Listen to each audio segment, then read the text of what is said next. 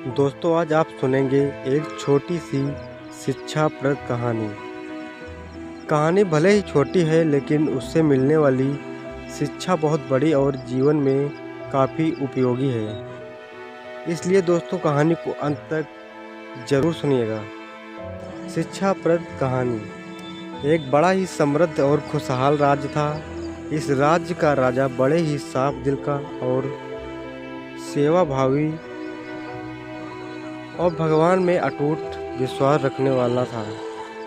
राजा को किसी चीज़ की कोई कमी नहीं थी। राज्य के सारे लोग राजा से बेहद प्यार करते थे और उसका हर कहा किसी हुक्म की तरह मानते थे। फिर भी राजा जैसे जैसे बूढ़ा होता जा रहा था, वो दुखी रहने लगा था।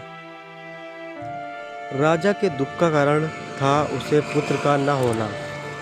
हालांकि राजा की एक पुत्री थी जो बड़ी हो चुकी थी और उसके विवाह का विचार भी अब राजा करने लगा था।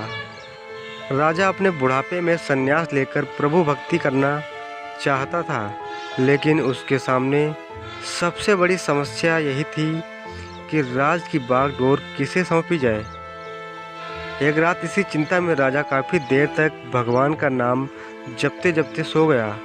उस रात राजा को सपने में भगवान का साक्षात्कार हुआ और उसे उसकी सारी समस्याओं का समाधान मिला। सवेरे उठते ही राजा ने बड़े प्रसन्न मन से एक सभा बुलाई और ऐलान कर दिया कि उसके महल के दरवाजे पर जो भी पहला आदमी आएगा उसी से राजकुमारी की शादी की जाएगी और उसे ही राज्य का राजा घोषित किया जाएगा।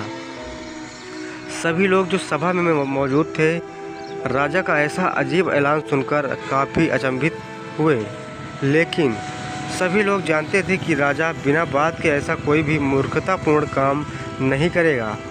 इसलिए उन्होंने राजा को ऐसा करने का कारण पूछा।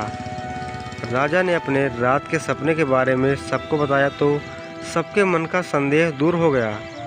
राजा के ऐलान का तुरंत पालन किया गया और थोड़ी ही देर बाद सैनिक एक युवक को सभा में लेकर आए जो मैले पुराने कपड़े पहने हुए था।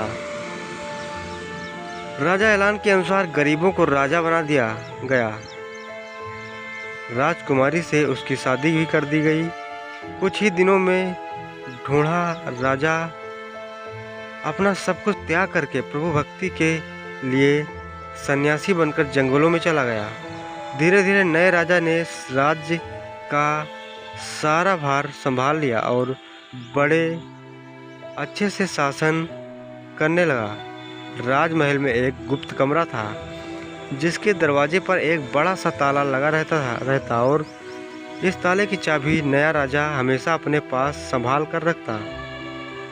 हर हफ्ते एक दिन राजा उस कमरे का ताला खोलता और आधे एक घंटा उसमें बिताने के बाद फिर से उसे ताला लगा देता। उस चाबी को राजा कभी किसी को छूने भी नहीं देता। अगर कोई उसे छूने की कोशिश करता तो राजा गुस्सा हो जाता। सेनापति, खजांची और सभी मंत्री बड़ी जिज्ञासा के साथ उस कमरे में क्या हो सकता है ये जानना चाहते थे। सभी के दिमाग में यही सवाल घूमता रहता कि आखिर खजाने की चाबी खजांची के पास, शस्त्रागार की चाबी सेनापति के पास और सभी जरूरी दस्तावेज रखे कमरे की चाबी मंत्री के पास है।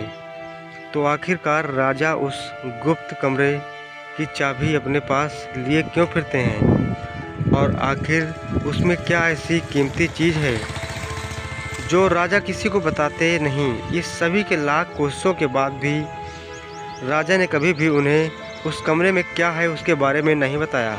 इन सभी ने जाकर इस बात की खबर रानी के कानों तक पहुंचा दी। रानी को भी जिज्ञासा हुई कि ऐसी कौन सी रहस्यमयी बात है जिसे राजा अपनी धर्मपत्नी से भी छुपा रहे हैं। रानी ने राजा से उस रहस्य को जानने के लिए हट पकड़ लिया। रानी ने खाना पीना सब त्याग दिया। आखिरकार स्त्री हट के आगे राजा को हार माननी पड़ी। राजा, रानी, मंत्री और सभी सभासदों को साथ में लेकर उस कमरे के पास पहुंचा और पहली बार सबके सामने उस कमरे को खोला। सभी देखकर हैरान थे क्योंकि उस कमरे में कुछ भी नहीं था सिवा एक फटे पुराने कपड़े के जो दीवार पर टंगा हुआ था। मंत्री ने फटे कपड़े को अपने हाथ में लेते हुए राजा से कहा, महाराज, यहाँ तो इस फटे कपड़े के सिवा कुछ भी नहीं है। तब राजा ने कहा, यही तो मेरा सब कुछ है। जब जब मुझे किसी वस्तु का घमंड होने लगता है या जब मैं अपने आप को दूसरों से उत्तम समझने लगता हूँ, तब तब मैं इस कमरे में आकर अपने इन फटे पुराने कपड़ों को देखता हूँ और मुझे याद आ जाता है कि जब मैं इस राज्य में आया था तब मेरे पास इनके अलावा कुछ भी नहीं था और मेरा सारा घमंड खत्म हो जाता है। दोस्तों, ये कहानी हमें सिखाती है कि कैसे हम अपने भूतकाल को याद रखकर वर्तमान में गलतियां करने से बच सकते हैं। समय हमेशा बदलता रहे, इसलिए हमें ये हमेशा याद रखना चाहिए कि अगर आज हमारे पास सब कुछ है तो वो हमेशा नहीं रहने वाला। इसलिए हमें हमेशा नम्र बने रहना चाहिए।